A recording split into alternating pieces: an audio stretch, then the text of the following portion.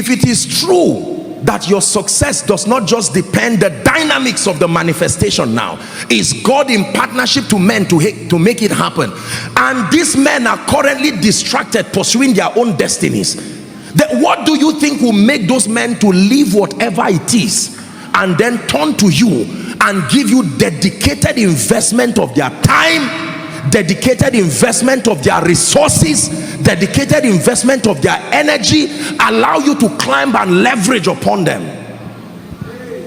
I was preaching, I was preaching years ago, and a man of God preached before me, and he shared a story that I found very, very powerful.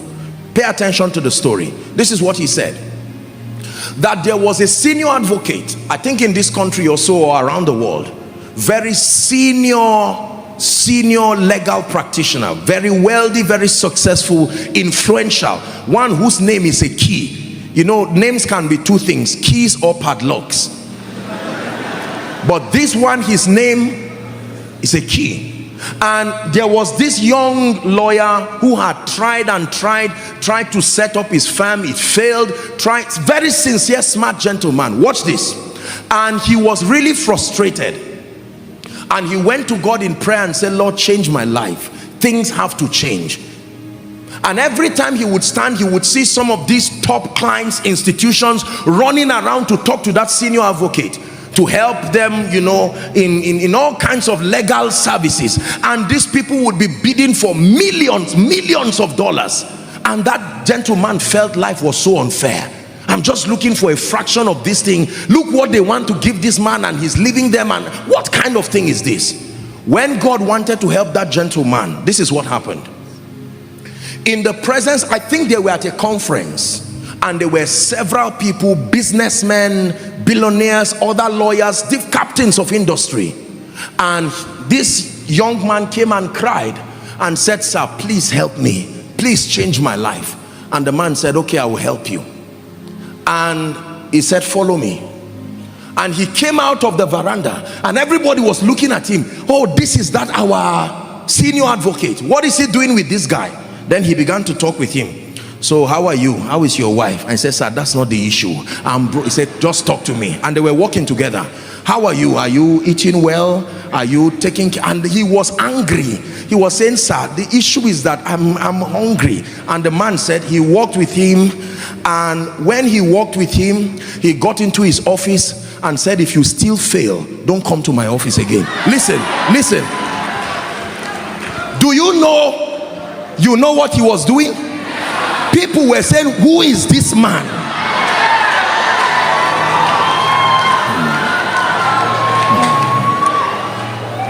Please sit down and learn. You are in the house of God.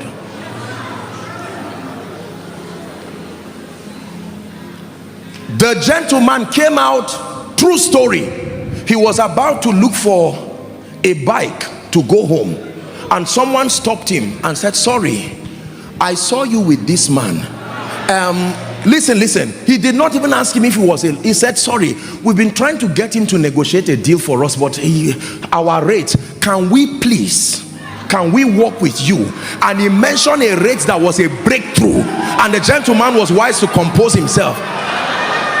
Listen, true story. The moment he did that, God granted him grace, called some of his partners and worked together, and within a year, this gentleman got a gift and went back to the office of that senior advocate. He knelt down and said, thank you for changing my life. Then the senior advocate asked him, he said, do you know what happened to you? That's what I'm interested in. Keep your gift. You have to study what happened to you so that you will use it on others too. Favor is when an individual invests his credibility on you.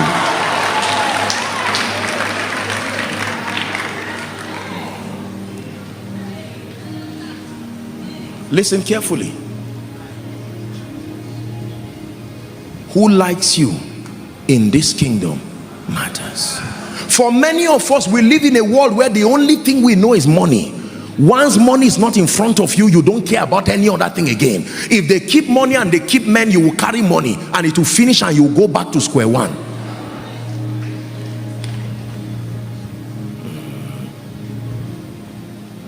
There are 7 currencies that we use to purchase realities in this kingdom. Everything is bought.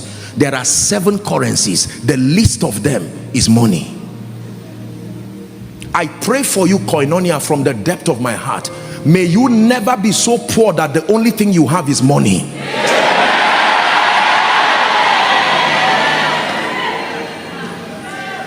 Let me pray that prayer again. And I say it with every sense of responsibility. May you never be so poor that the only thing you have is money in your ATM. Listen, there are superior currencies. Money itself, you see, we have a series on finances coming, but money itself, you see, is a product. There is a capital that buys it. The name of the capital that buys money is what the Bible calls true riches. Money itself is a product. Are you getting what I'm teaching you now? Yes. If I want to buy this Bible, come, lift this up. If you want to buy this Bible, will you be offended if I bring out money just to use? Okay, watch this. Please watch this. This, for instance, this is $100 bill. Lift it up. Watch this. If, let's assume this is $100. People are following from around the world, so we're using something universal. If you want to buy this product, you need this. Is that true? So that means if I give you this, you start smiling because this is already a victim of the abundance of this.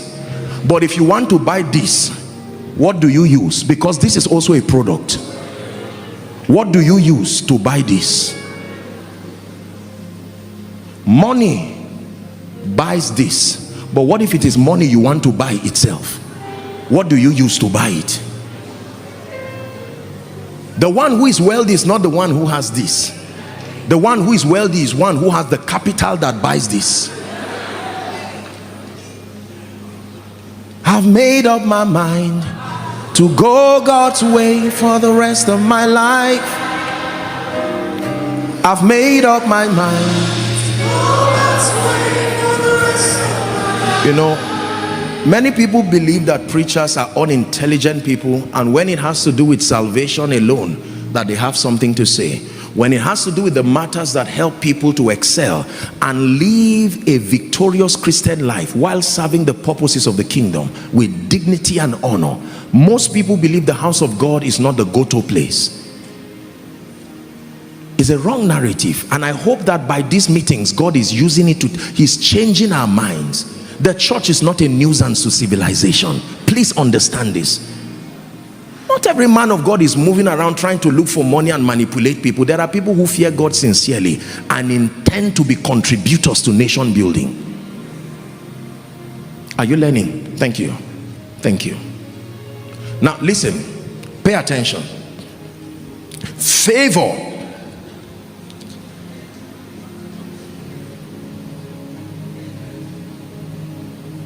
One person, write this down please.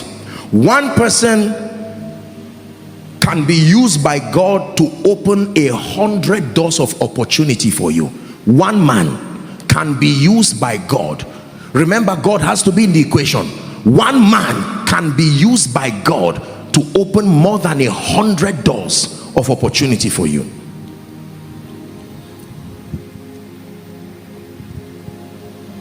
This is very, very important. When I realized, respectfully speaking, that I didn't have all the advantage that would be needed to serve the purposes of the kingdom effectively. It does not take money to have an encounter with Jesus Christ. It doesn't take resources, it doesn't take access, it doesn't even take influence. It just takes passion and hunger. Let me tell you where the challenge of many believers come from. The average believer usually gets born again, say on campus or maybe while schooling. Is that true? And as a student, most times the emphasis is just on your spiritual growth and your academics. You can't be talking to a student about, accessing some of these things. There may be distractions at that level. So the only message is messages that relate to pressing into God, depths in the spirit, prayer and fasting, consecration, love for God, and all of these things. But sooner or later, that person now becomes a family person. There are real responsibilities that are now added. Is that true? You will have to redesign your teachings as an effective man of God to do well, to help the people remain spiritually in touch, passionately in love with God, but at the same time you must now supply them the keys that help them to excel in their career, in their life, while serving the purposes of the kingdom. Otherwise, sooner or later they will be distracted by the need to make a living, and they will leave the things of God. It will cancel out all your investment of many years. As we conclude this enlightening sermon by Apostle Joshua Selman, let the depth of knowledge shared today be a catalyst of your ongoing educational journey. Apply the principles of wisdom, understanding, and divine insight in your pursuit of knowledge. Remember, education is not merely about information, but a transformation of the mind and spirit. Carry the touch of learning into your studies, professions, and daily life. May you continually grow in wisdom and impart your spheres of influence positively. Go forth, empowered to be a beacon of knowledge and light. And don't forget to like, comment, share, and subscribe so you can be the first to get our video. God bless you. See you in the next.